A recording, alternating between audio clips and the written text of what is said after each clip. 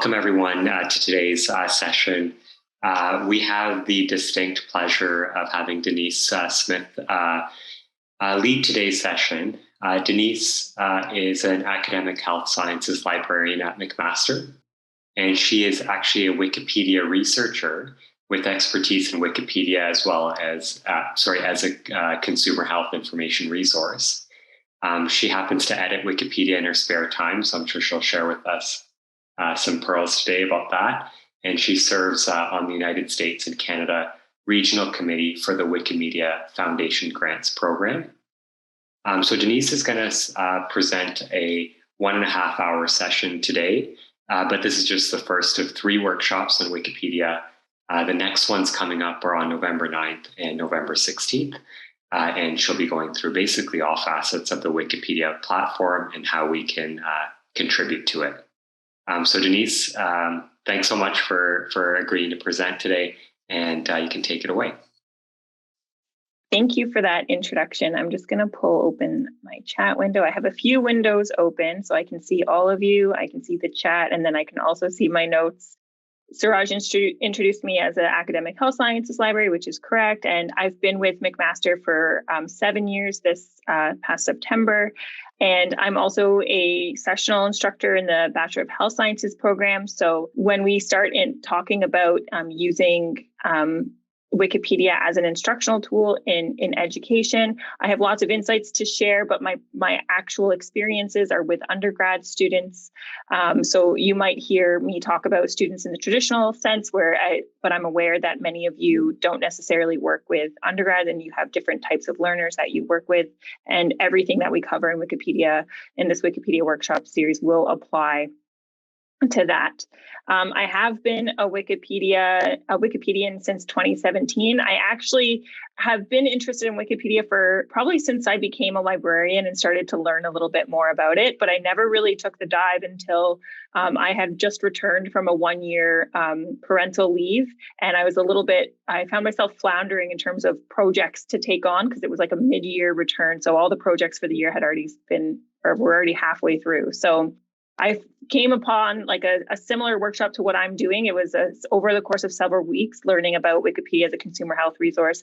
And that kind of lit the fire. And I started asking a bunch of questions about why more people aren't editing Wikipedia, whether or not, physicians should feel obligated to share their expertise over Wikipedia, all kinds of questions that I've been exploring for the last 4 or 5 years now. So I'm really happy to be here over the next few weeks to share a little bit of my own knowledge.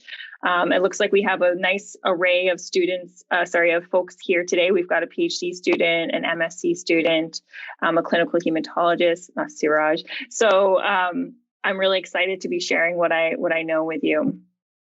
Before we start, I'd like to encourage you to to open up the Wiki Event page that I created for this particular workshop series.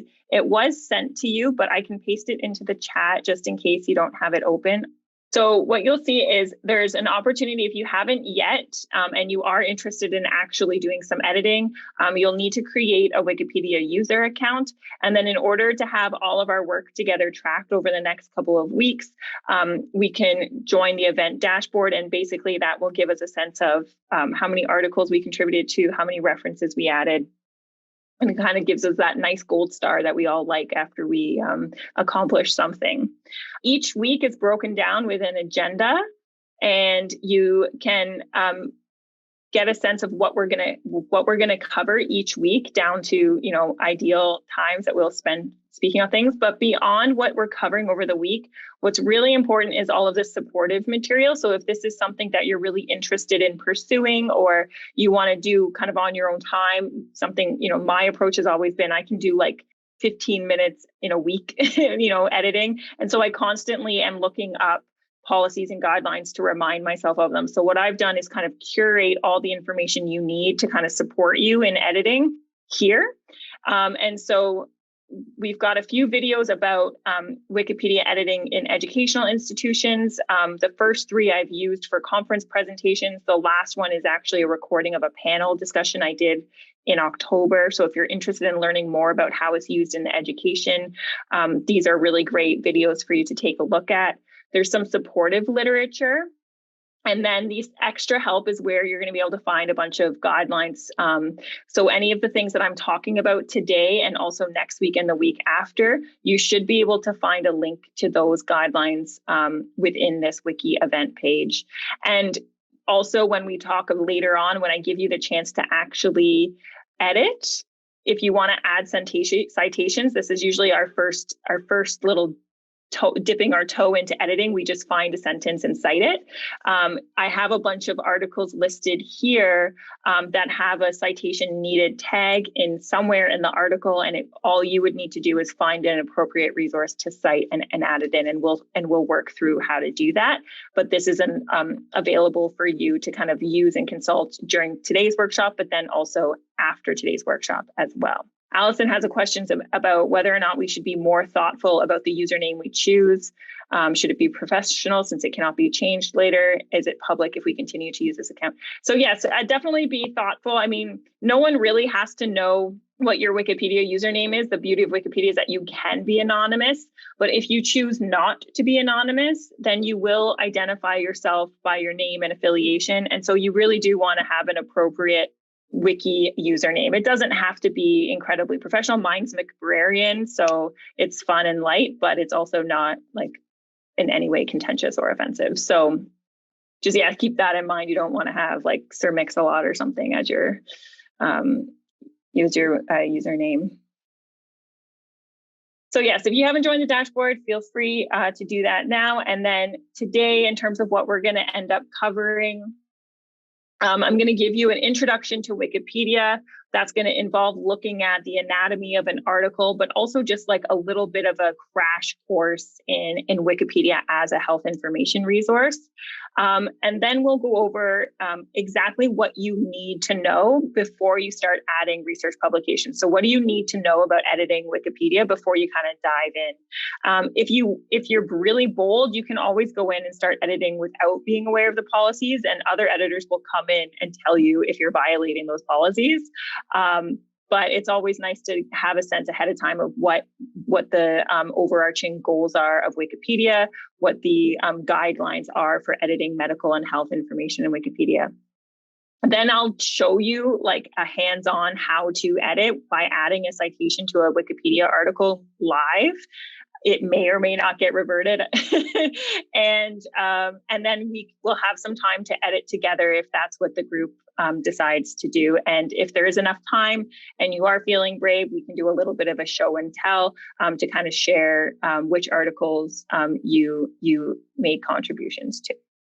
So in terms of Wikipedia, the first thing that I like to acknowledge now these days is that last January, Wikipedia celebrated the 20th anniversary of its launch. It was launched January 2001. And so the first thing that I always like to bring up is that we currently are living in a world where there's an entire generation of medical students who really don't have any memory of a world without Wikipedia. It's always existed for them, right? And so even though there's this like lingering stigma that surrounds it in academia or in education, it is consistently one of the most frequently accessed websites in the world. And it's actually the most frequently accessed health information resource online.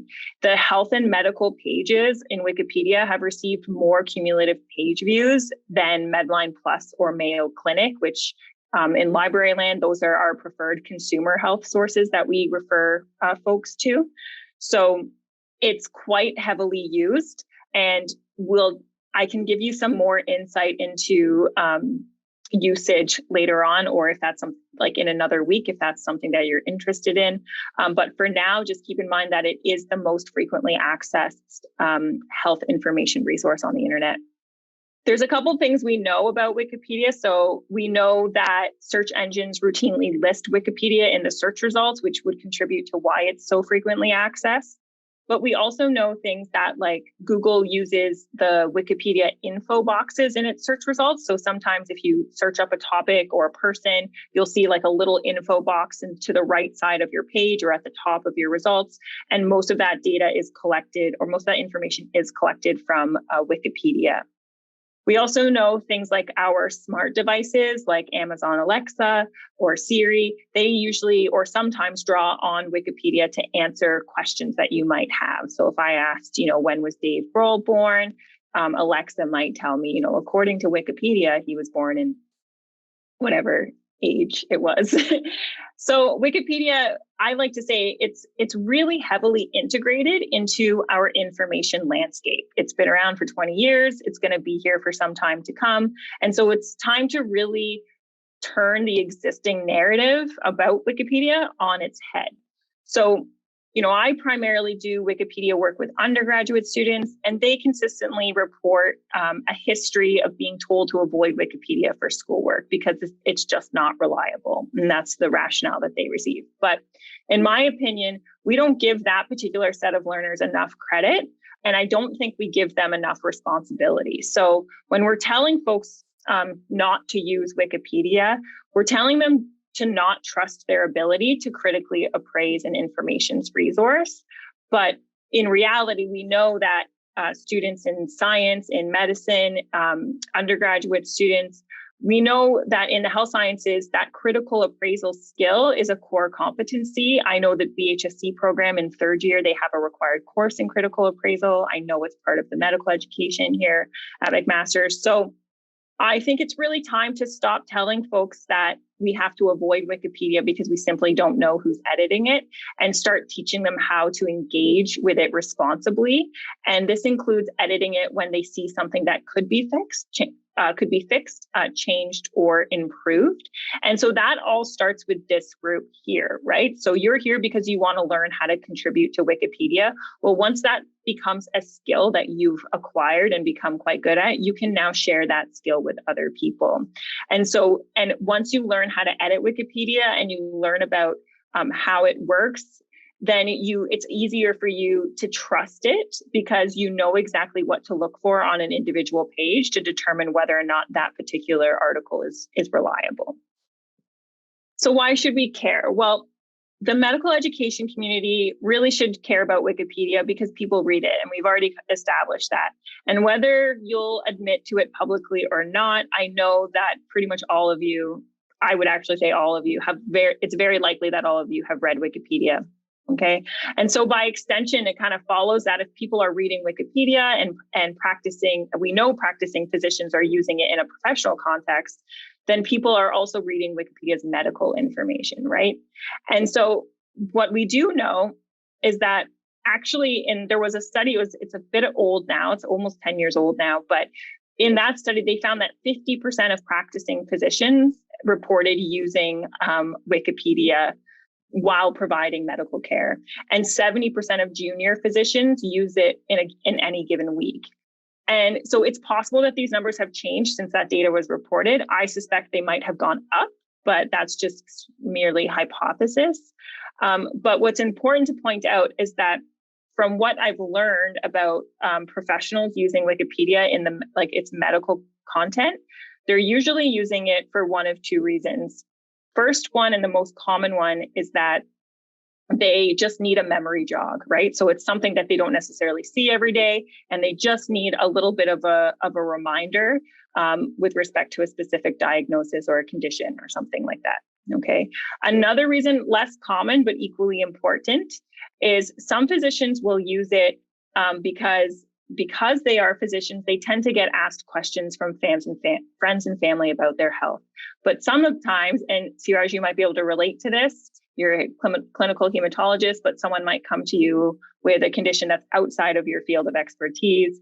And some physicians have reported that they use Wikipedia to give them the language that they need to describe something to a friend or family member that's really outside the realm of their expertise, or just something that they don't necessarily encounter regularly. So those are some ways that it gets used. And yes, I use Wikipedia all the time. My favorite way to use Wikipedia is usually I spend the month of October watching horror movies, but I cannot sleep. And I also have anxiety. So it's like a really stressful experience, even though I enjoy them. So I read the synopsis on Wikipedia, so I know exactly what's coming before I'm terrified. So that's like my favorite way to use Wikipedia. But I also use it as a health librarian because I have people coming to me all the time to do search requests on on topics that I have never heard of before or conditions I don't know anything about. And reading just the lead on a Wikipedia article really gives me a good sense of what to look for and what kind of language to use when I'm running searches in the database. So there's lots of ways to use it. One of the other reasons we know that people are reading medical content on Wikipedia is because Wikipedia provides view data for every single article for every day in every language. Everything in Wikipedia is documented. Page views, edits, contributions, everything is documented from the time an article is created until the present day. And so this is an example of the COVID-19 pandemic article.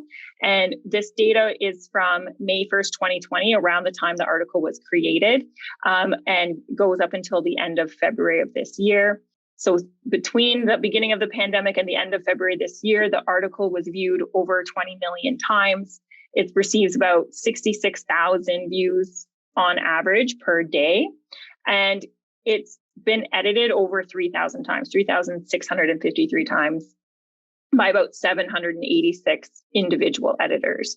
So this is all information that we have about Pageview data. So we know that this is a pretty heavily viewed article. And there's two things that contribute to that, right? Because this is the pandemic is ongoing, it's changing in real time. What we learn is changing in real time. Editors are frequently looking at the article to edit it, but that doesn't necessarily account for like big jumps in page views, like I'm going to show you next.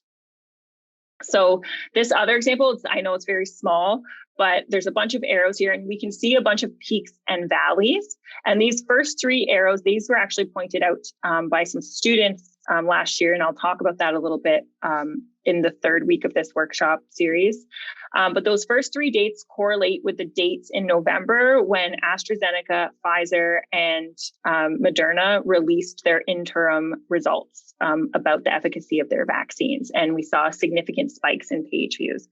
The other three on the far left of this screen are the first one's from December 3rd, which I did a new search for that date, and that correlates with the date that the United Kingdom announced that it had approved the Pfizer vaccine. December 9th, that fifth spike, that was when the same day that Health Canada authorized Pfizer for emergency use. And then this December 14th spike, this last one over here, that one was when the first Pfizer doses were reported to have been delivered to Canada and US. So we're seeing some pretty big spikes. And then these last two huge ones were from February 19th and May 27th. And on February 19th, we saw in the news that Israel released its study on the COVID-19 vaccine and transmission of the virus. And then that May 27th spike, that very last big one, that was actually the same day that both the United Kingdom and Canada announced their decision to extend the time period between the first dose and the second dose of vaccine. So what we're seeing is a correlation between news releases in the media and demand for information, right? And so I really like showing this because it really does provide a little bit stronger evidence that people are looking to Wikipedia when they're looking for information. Also in this COVID-19 vaccine article, just the same data, we can see that it's received like 5.7 million page views between November 2020 and this November, October 25th. So within the past year, it's looked at 5.7 million times. It's been edited by about 531 editors and received about 3,600 edits over time. There's other information here too. So this class is really important to look at. That indicates the general quality of the article. And I'll talk about that a little bit more later in terms of how we measure quality.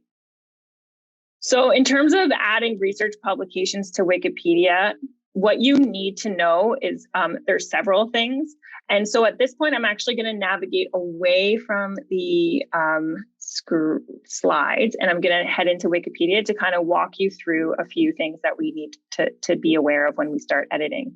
Okay, so this is the COVID-19 pandemic article, okay? And so the first thing I'm going to do is just kind of show you around the what I call the anatomy of the article. So the first piece is what we call the lead. So this whole first section is the lead of the article, and the whole point of the lead is actually to summarize what's already in the article. So nothing should be in the lead that is not already expanded on in the body of the article. Okay.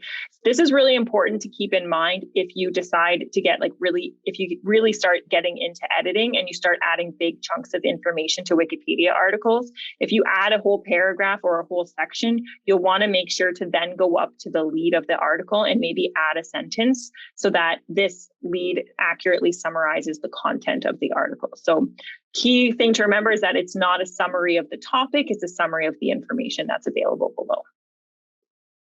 The table of contents is the next thing that you're going to see. This is a great example because there's a lot of sections here. So using this table of contents is a great way to kind of navigate the article.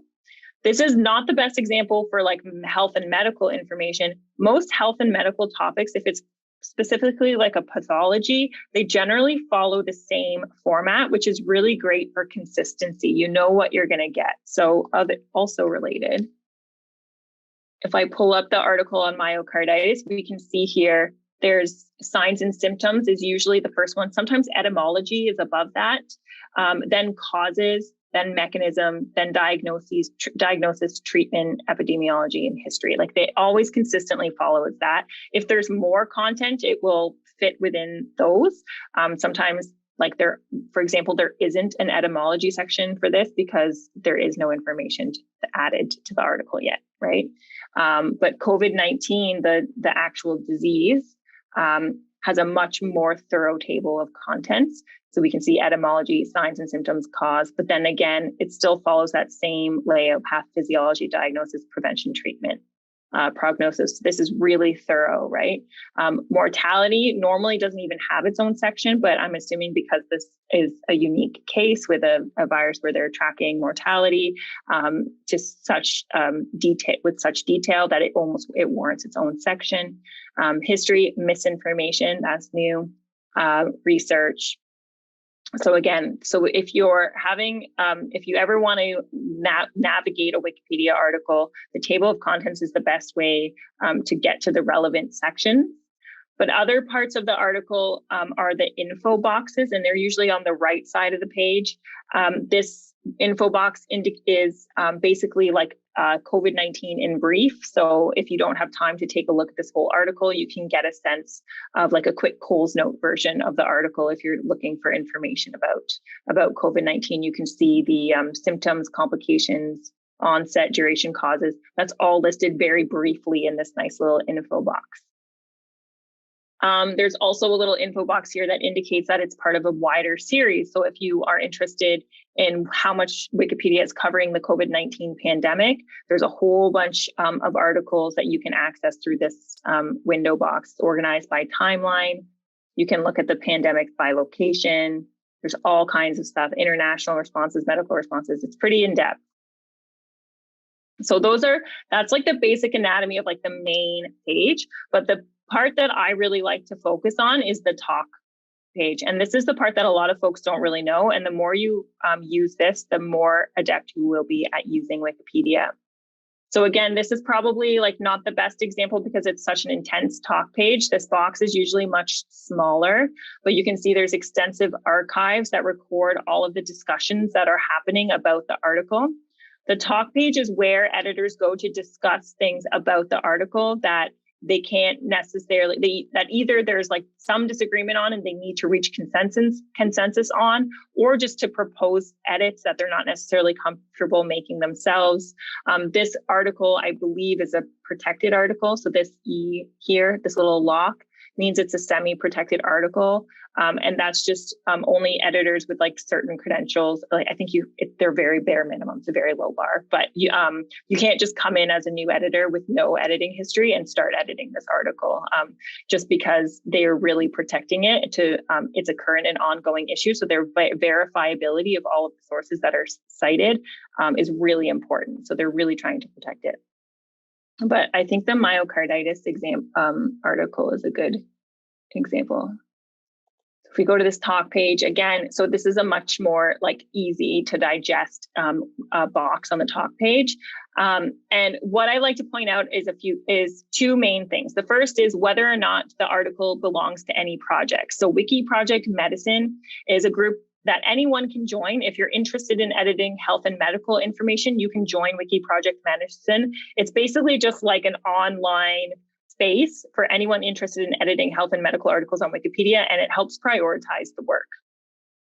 So it's really informal, but it identifies like high priority articles, articles that they may like want to merge into, two articles to merge into one, articles that they think might be warrant for deletion.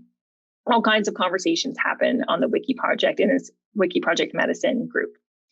But the main thing that Wiki Project Medicine does is that it basically says that it's within the scope, this article is within the scope of the work of the editors in Wiki Project Medicine. And those editors have determined that this article has been rated a C class, okay?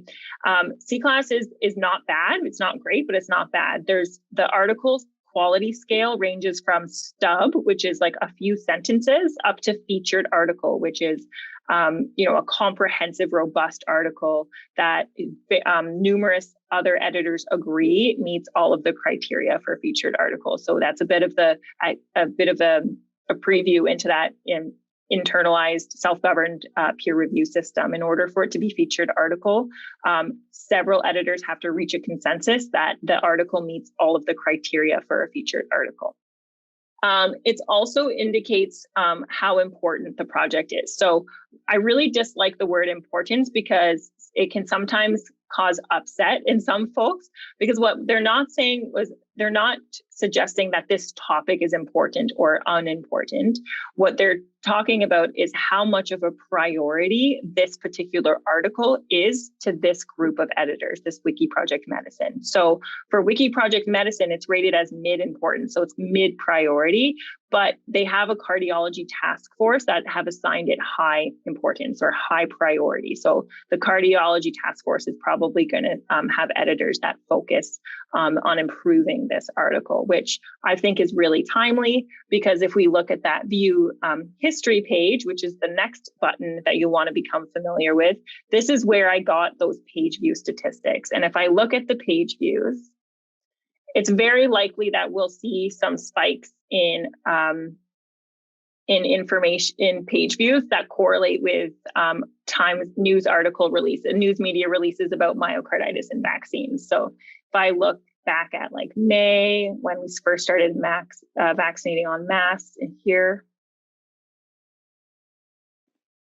and just go to like the end of October, we can see some pretty big spikes. Okay, that's a big leap there as well. It's still very small, like they're not averaging many page views, but these big jumps, that to me is editors are going to that page to improve it, because if it's coming out in the news, I had never heard of, obviously I'm not in the health field, so I had never heard of myocarditis until it started being reported as a side effect in young boys or young men. So of course, Wikipedia is probably a place that I would go to learn a little bit more about that, particularly as parents have to start facing the decision of whether or not to vaccinate their younger children, because that's coming. So that's the basic anatomy of a Wikipedia article. If you want to get a full sense of the page statistics and who's editing the article, you can go to the page statistics button, and that'll give you insight into who's contributing to this article. So the top editors are usually listed by their number of edits or by added text. And there's always some handy pie charts as well. So we can see if there's any editors that are making significant contributions, like this particular editor has contributed 21% of the content. Usually you can click on their usernames and get taken to their user page. So for example, Doc James, he's my favorite go-to example. He's an ER physician in BC. He writes a lot and researches Wikipedia. So if I want to see who is contributing to this Wikipedia article, if they're being transparent about who they are and not using their right to anonymity, we can get a pretty good sense of who's editing this article. And I can say, okay, well, if he's contributed 25% of the content, I feel pretty good about using this article to get a vague idea of what happens when someone has myocarditis. The final thing to go over in terms of what you need to know is a community guideline. So I talked about Wiki Project Medicine, which brought us here when I clicked on it and from that talk page.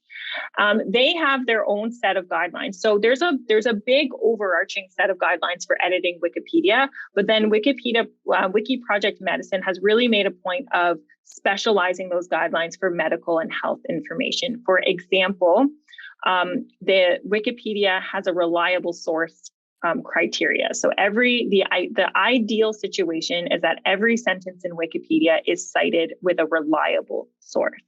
Now, Wiki Project Medicine takes that one step further because we know that in health information, there's a hierarchy of evidence, and what we ascribe as reliable generally has to be higher up on that hierarchy. So for Wiki Project Medicine, so for health and medical articles, the preference for a reliable source is to be a secondary review or like a secondary study or a review study that's published in a reputable journal.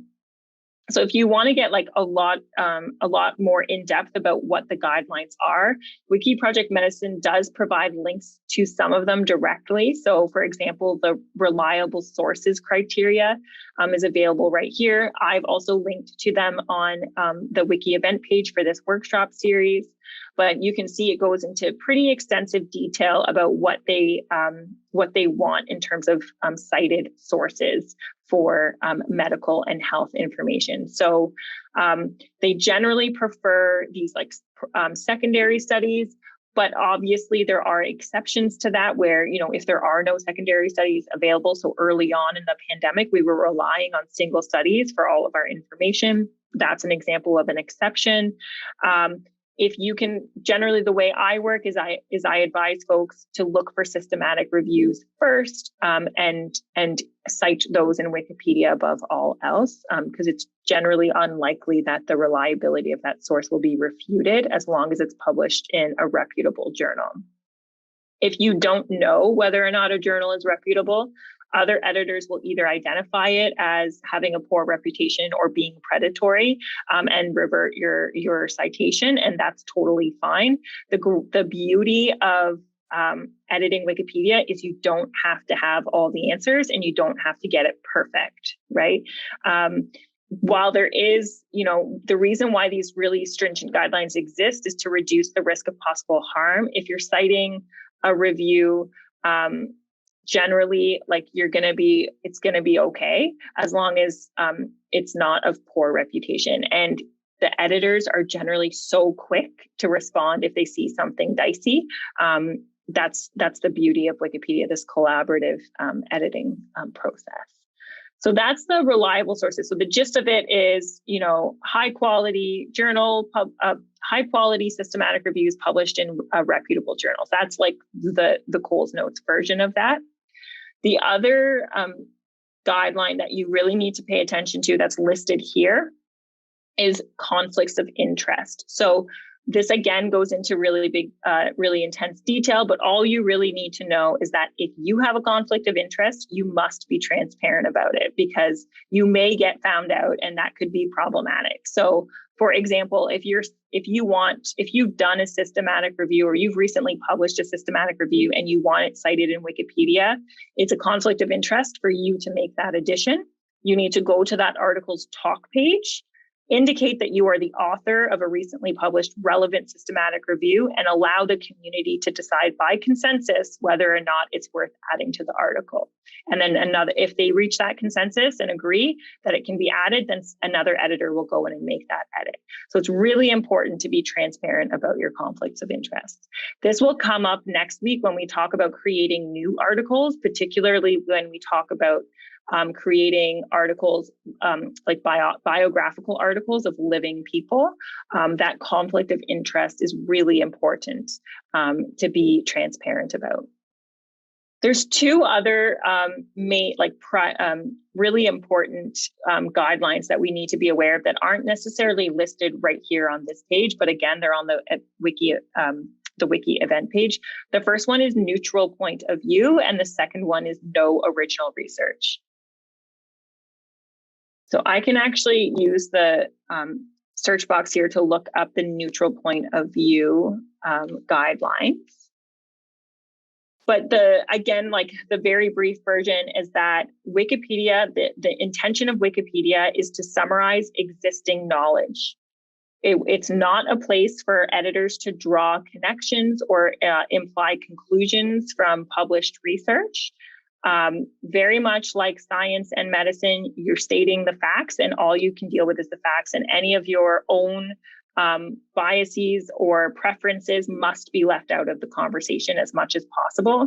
And this is where being aware of our unconscious bias or implicit bias is really important, because sometimes there's language that we use. If we're like I'm a librarian, so we're by nature, left thinking, but I'm surrounded with left-thinking people in education.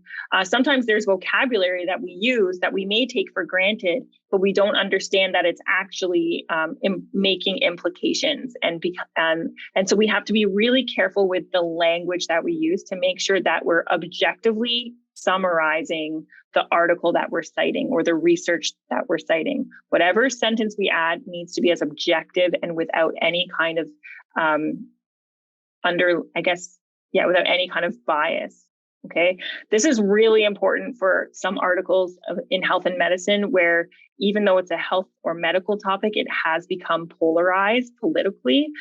Topics like abortion, for example, it's really important to present only the facts that are currently known, and not allow any underlying messages to get across on either side. And then the other no original research guideline is kind of the same idea. We're not going to draw any conclusions, right? So systematic review says, systematic review 1 concludes X, systematic review 2 concludes Y. What does that mean? It's not up to us to actually make a decision or ruminate on that in Wikipedia. Our only responsibility is to summarize that systematic review 1 found X and systematic review 2 found Y, and that's where it ends. So it sounds a little scary because there's a lot to remember, but that's why that Wiki Event page is there. And really, that's why it's great to kind of start with just citing research articles, because okay, if I can just find some systematic reviews that are relevant to the topic, I can probably add a citation where there's a citation needed. It's very low risk, very low stakes. And if you want, you can even be bold enough to add a sentence. But really for today, if you just add a citation, that's like the first step in terms of adding edits to Wikipedia. But why should we contribute? So there's a lot of reasons to become a Wikipedia editor. And I'm of the opinion, I've already said this, if you do have knowledge, you have knowledge to share. So I, as a librarian, have access to all kinds of health evidence and health information, and I have the skills to be able to assess it for reliability and credibility. So I have the ability, I have the knowledge that's required to determine whether or not a source is reliable, and then I can take that and cite reliable, high quality sources in Wikipedia, right? I don't necessarily have expertise, but folks who have expertise are really valuable when it comes to evaluating articles. So if there's an article about a particular topic that you have expertise in, you can review that article and decide whether or not it actually meets the criteria for a featured article, because with expertise, you would be able to identify any gaps or omissions or any areas that would require expanding, right? So everyone has something to share. People who are like work for publishers and are copy editors, they might do what we call gnome editing, where they just go into an article and copy edit the whole article and just make sure grammatically it's correct and everything is in its place and it's formatted well. That knowledge is also beneficial because it allows for consistency across articles in terms of formatting and language. So there's always something that you can share. For people who edit Wikipedia, though, because there's really no incentive other than like your own altruistic desire to do something positive, they do tend to be a little bit more of a, it really tends to come from this core value of believing that information should be available for free in accessible language to everyone anywhere. And so that's based on some of this data that was collected by the Wikimedia Foundation about their Wikipedia editors. Many people reported that this was the main drive for them editing, right? They were just motivated by a core belief that this information should be available. And a bunch of people, said that it's also fun to do, right?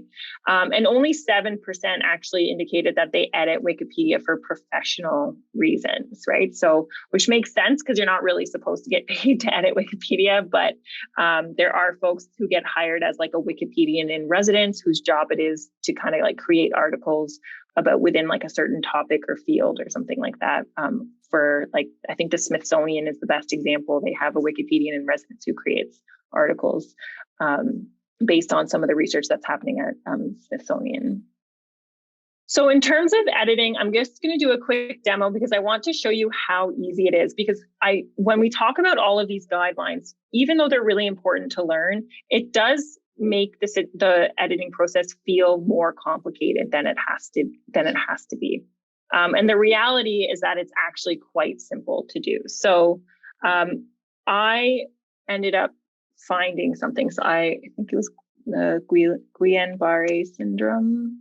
And then what I did was I actually found something interesting. So I found that this one sentence in this article that claims that GBS has been reported in association with COVID-19 and may be a potential neurological complication of the disease.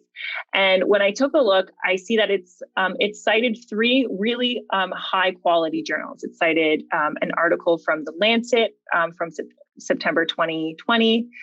They also cited the New England Journal of Medicine from June 2020, and they also cited an article from Brain in July 2020. But there hasn't been anything new added since 2021. So I thought, maybe there's some literature that was published within this past year that might be able to support this sentence further, and preferably a review, because even though these 3 are even though of these 3 citations, 2 of them come from top tier journals, neither of them are systematic reviews. And so with that preference for secondary studies, I would like to see if we can add a secondary study. So I ran a search in PubMed for just Guillain-Barré syndrome and systematic reviews. It came up with a couple relevant. And the thing is I'm going to be completely transparent here. I didn't even read the review. So I didn't read the abstract. I just know that it's a systematic review of 73 cases.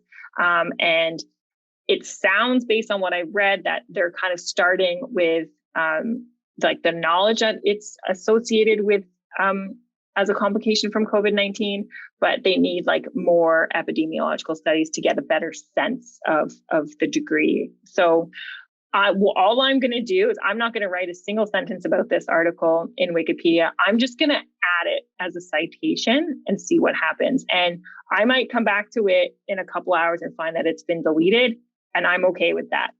But all I need to do when I'm ready to cite an article in Wikipedia is get the unique identifier for that article. That's all you need. So you have the option of copying like the DOI, which is the digital object identifier, or if you're in PubMed like I am, you can take the PubMed ID. And then all we have to do is edit this article. So there's this edit button at the top that you can use, but because this article is quite large, right? I'm just actually going to go to the section I want to edit, which is the infection onset subheading under causes. So I'm just going to edit that section.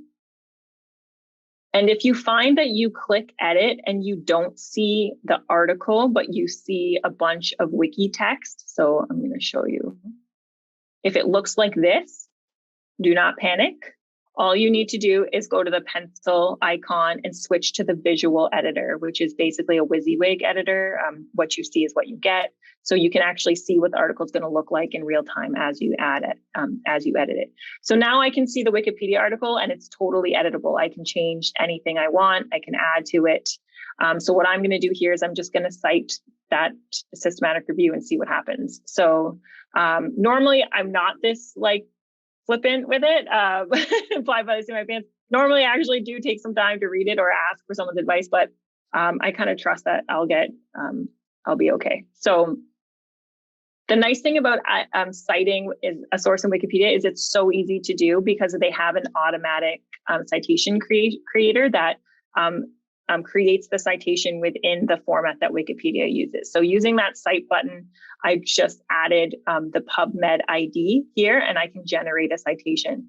If you want to do a manual citation, like because, for example, you don't have one of these identifiers or a URL, or it just couldn't capture the data about the article, you can do a manual citation. Or if you were interested in citing a source in a sentence, but you know that source was already cited once, you can reuse an existing citation within the article. So all of the citations are here and you could just select the one that you want to reuse. But I have my PubMed ID here, so I'm just going to hit generate. And it's going to populate a lovely little box for me. And the first thing that I can see is that in the red text, it's telling me to check the date values. Usually that's because there's like a character that this system doesn't recognize. So I'll just insert it and then I can edit the citation. So you can see here, it says I've inserted the citation and now I can edit it. So I'm going to check date. Where are you? Moving too quickly. There it is. So yeah, if I just have it at 2021, that should work. Okay, or I could write April 2021, but that hyphen sometimes confuses the system. Okay. One key thing I did want to point out is that you'll notice that this particular citation has a little green lock here. That's just an indication that this article was published open access. So for folks who are, come to Wikipedia to look strictly at the reference section, it's really easy for them to identify what articles they have free access to and which articles they don't, they might not be able to access if they don't have an affiliation with a library or an organization that gives them access to these articles, right? So that's a nice little visual indicator of what articles are available for free. So now that I've added that citation, I'm just going to go back up. I'm sorry if this makes you dizzy. So it's here now, number 18. So I'm just going to hit publish change. And what I need to do is summarize what I did. So I need to tell the community why I made that change. So I'm just going to say added systematic review. And then in brackets, I'm going to write editing workshop demo, just so people know that I'm doing this for demonstration. And then I would hit publish changes. And now I'm back on the main articles page and you can see my citation has been added.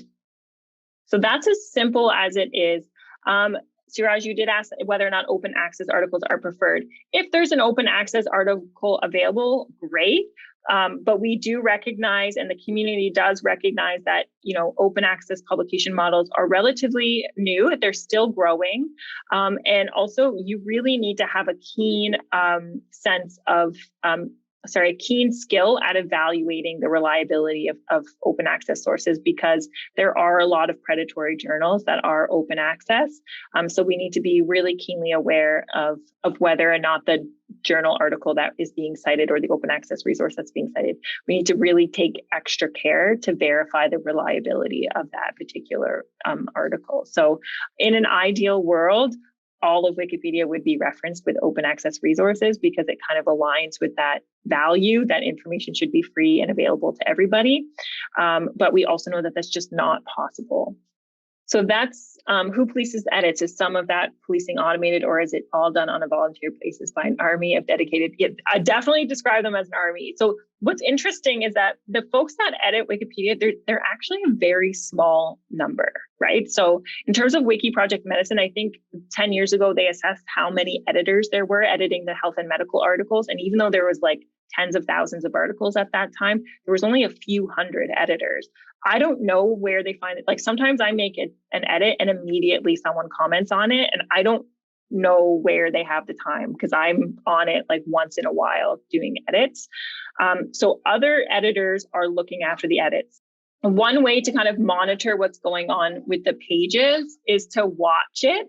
So for example, this is the Guillain-Barré syndrome page. And if I want to watch the edits on this page, I can click the star and now it's added to my watch list.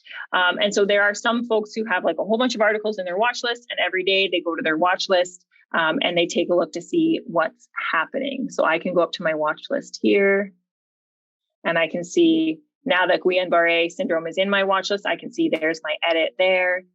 And you can see these are some of the articles that I was watching when I was monitoring students, so I can see what changes are happening as well. I don't really watch a lot of articles because I know I'm not on Wikipedia enough to to keep track of it. But that's one way that folks kind of monitor changes, especially say you've built an article and people are starting to build it out some more. You really want to monitor it. This is one way to do that. But there is also automated monitoring. So any kind of there's bots, they're bots that are made by people in the Wikipedia community who are very tech savvy. So they have there's one bot that I read about that anytime a city is made, an article about a city is made, it generates a map of where that city is located in the state or the province that it's in. There's also bots that monitor citation additions. So if anyone adds a citation, the bots come out and check to make sure that it's formatted correctly, even though we use that automated generator.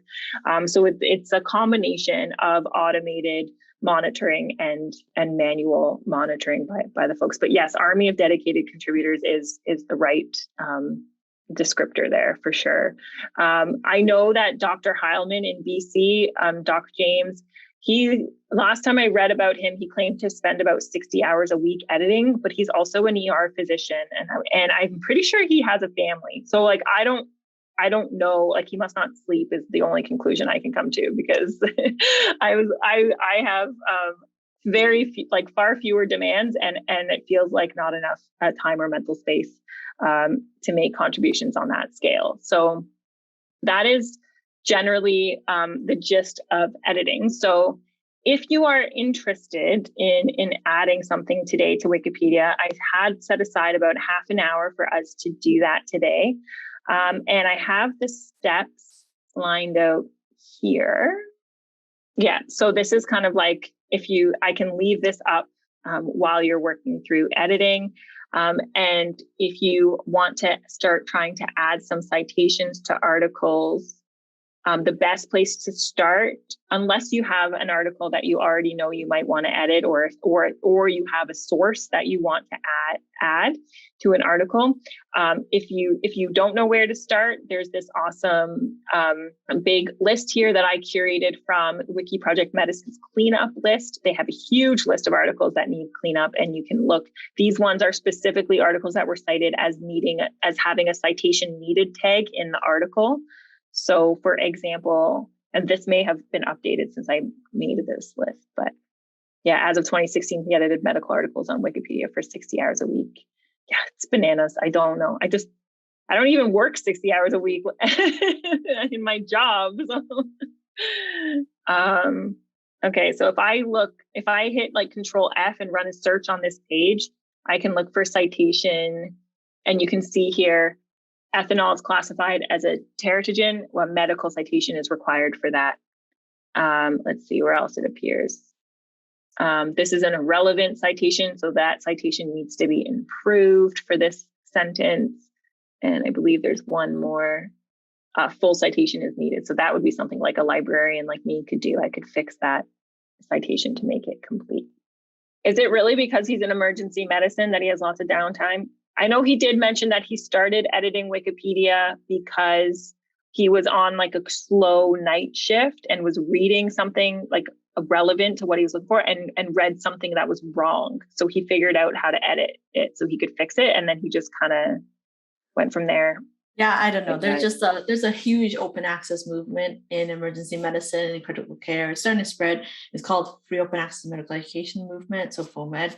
So some of us contribute in blogs and podcasts. Some of us contribute in, wiki editing, and some people have even started, like Wiki EM is started by a bunch of emerg docs that created a wiki just for emergency medicine. And so there's different groups that do different things, and James is contributing to the world in his way, and there's a bit of peer pressure for all of us to chip in a little bit under this kind of bigger banner of this open access movement. So it's kind of interesting to see how everyone's decided to do things. Like I've started big blogs and stuff like that aggregate information for junior learners and repurpose it and make it fun, for instance. Some other people are doing kind of like, faculty development stuff or whatever. Like there's different groups of people doing this. And so I think that is probably fueling his, interests in contributing. Is that part of that zeitgeist, I think. But he can correct me if I'm wrong, but I think there's a bit of peer pressure for us to use some of our downtime for good, I think, in emergency medicine.